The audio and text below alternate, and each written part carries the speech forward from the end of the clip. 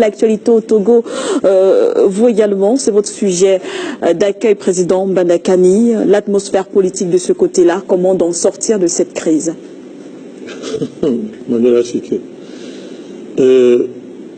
Les conditions de sortie de la crise sont inscrites dans les dynamiques même qui ont structuré la contestation.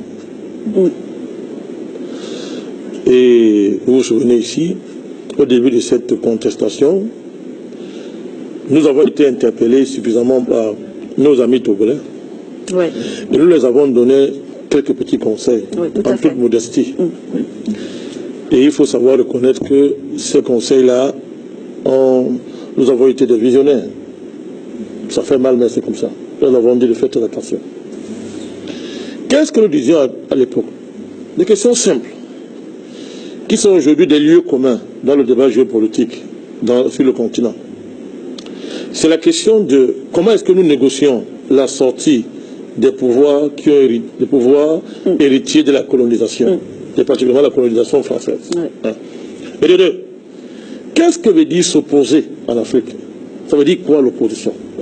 Est-ce qu'il suffit de dire que tel a fait 100 ans au pouvoir pour être un messie et être un génie de la politique et pour être capable d'incarner, non seulement d'incarner, mais d'avoir la compétence nécessaire pour changer les conditions de vie de la population?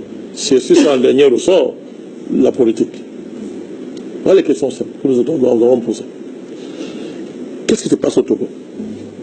Vous avez d'un côté un pouvoir qui, pour les panafricanistes comme nous, est l'objet d'un contentieux historique sérieux. Et les panafricanistes ont un problème sérieux à la famille Yadema. Oui. Mais quand on a dit ça, ce n'est pas un problème de personne. C'est un problème de projet politique.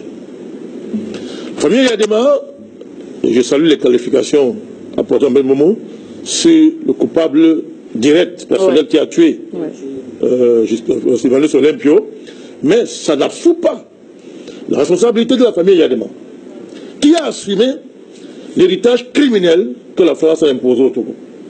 Pourquoi on tue Papa Olympio? Parce qu'il est contre le franc CFA. Oui. Parce qu'il refuse d'accepter l'impôt colonial que la France veut lui imposer. Oui. Parce que les Français disent que vous devez verser à la France chaque année des centaines de milliards de francs, comme impôt colonial. Oui, près de 800 milliards de francs. Oui. Oui. Olympio dit jamais. Je quitte votre franc CFA. Jamais. La France décide de localiser la France et les États-Unis. Oui. Droits de l'homme, comme toujours. Au nom des droits de l'homme, n'est-ce pas? Je précise, au nom des droits de l'homme, décide de l'assassiner. La famille Yadema a assumé ça. Ce pouvoir. Pour nous, les panafricanistes, nous attendons des clarifications et des changements clairs dans le positionnement politique de cette famille. Ah, c'est clair. Maintenant, si nous sommes constants par rapport à ça, la constance ici est panafricaniste parce que, nous n'accepterons jamais la domination de l'étranger sur l'Afrique. Ça doit être clair. Ça, c'est le principe de base de panafricanisme. Jamais, ce n'est pas négociable. C'est clair. Tant que l'étranger domine, tant que les pouvoirs plus ou moins étrangers sont en Afrique, nous les combattrons de toute notre énergie. Clair et net. Mais maintenant, il y a l'autre débat. Oui. Est-ce une raison pour signer chèque à blanc à des démocraties néocoloniales formelles qui ont pour substance l'alternance pour l'alternance, c'est-à-dire des ramassis de voyous, d'hommes politiques sans envergure, des commerçants se lèvent un matin, ils vont à Paris, se font initier dans les loges, ils viennent réciter alternance, alternance, alternance, toi tu fais 50 ans au pouvoir par, pour pouvoir le pouvoir. C'est ça la position togolaise, avec les Jean-Pierre Pape. Nous ne pouvons pas soutenir de telles démarches politiques. Je suis désolé. En tout cas, Mbandakani, qui est resté seul dans mon coin, je l'ai toujours dit, je ne peux pas construire de telles démarches politiques. Si vous voulez enlever M. Faure et sa famille, comme vous voulez, il a fait 50 ans, venez avec un projet supérieur à celui de Faure. Si vous voulez enlever le président Faure pour prolonger la sorcellerie de Paris au Togo, maintenir le franc CFA et insulter l'intelligence des Togolais, je ne peux pas. Moi, Mbandakani, à mon petit niveau, je ne peux pas cautionner ça. C'est de cela qu'il s'agit. Nous avons dit aux Togolais que, ne confondez pas une partie du peuple qui descend dans la rue, partisan de l'opposition et le peuple. Tout à fait. En politique, le peuple a un sens. Ouais. Le peuple, ce n'est pas une masse de personnes dans la rue, c'est pas ça le peuple. Le peuple, quand on dit en politique peuple, on parle de populations conscientes, autour d'un projet, capable de maîtriser tous les tenants et les aboutissants de la contestation. On ne parle pas de gens fâchés. On a le droit d'être fâché, pas contre. Mais être fâché, ce n'est pas un projet politique. Être fâché, c'est un état d'esprit. Ce n'est pas un projet politique. Pour passer d'un état d'esprit à un projet politique, il faut réfléchir, Mme Manuela Seke. Oui. Il faut des stratégies et une tactique. Au Togo, on a envoyé une partie du peuple dans la rue, pendant que ceux qui manipulaient ce peuple-là ont un projet politique qui ne sert pas les intérêts des populations, et qui en même temps, ces gens-là sont des prêtres tacticiens parce que, à la fin, il se passe quoi? C'est une faction de cette opposition qui va aller négocier avec le président Faure sur le dos de ce peuple-là. Oui. Et notre ami Apacham, nous l'avons interpellé dès le début, il ne nous a pas écoutés. Aujourd'hui, il est le dernier nom de la France. Fabre l'a écarté. Fabre s'entend avec le président Faure pour liquider notre ami Apacham. Et nous avons dit que nous allons veiller sur lui. Nous demandons au président Faure et Adema de sécuriser le compatriote Apacham. Parce que pour nous, c'est un panafricaniste. Et on ne peut pas le liquider ses droits élémentaires parce qu'entre guillemets, il est opposant. Donc nous lançons un appel au président Faure pour ça, à notre petit niveau ici. Donc, dans un tel contexte où il y a un blocage organisé, je vais même plus loin, vous savez que l'opposition togolaise a appelé Macron à venir arbitrer. Oui, tout à fait. Oui, bien sûr, ce contentieux. Oui, bien sûr. Et il y a même plus grave. Ils ont permis à M. Macron de jouer au grand. Ils disent non, je ne mets pas dans vos affaires.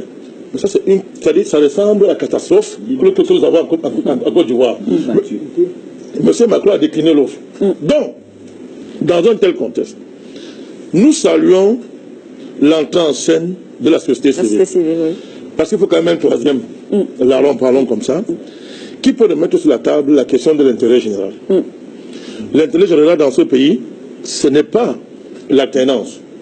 L'intérêt général dans ce pays, c'est qu'on a un pouvoir d'État qui travaille pour les Togolais. Et dans le cas d'espèce, ceux qui reprochent à M. Faure d'avoir fait 100 ans au pouvoir ou 200 ans au pouvoir n'ont pas un projet supérieur à celui-là. Et moi je dis, vous voulez enlever Faure pour mettre Jean-Pierre Fabre, je soutiens le président Faure, sans état d'âme.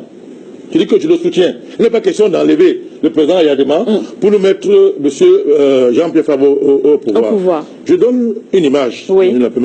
Allez-y, président. Je donne une image. Lorsqu'il y a eu le débat ici autour de l'élection gabonaise, vous vous souvenez, non? Bien sûr. Des gens ont osé soutenir Jean Ping, qui disait que Ali Bongo n'est pas gabonais. Le président Ali Bongo n'est pas gabonais. Tout à fait, oui. Signifiant par là que lui, Jean Ping, malgré la résonance de son nom, il était plus gabonais que le président Ali Bongo. On nous a dit non, pour la simple raison que Ali Bongo s'appelle Ali Bongo, il doit partir. Parce que là, la dynastie Bongo est 51 ans au pouvoir.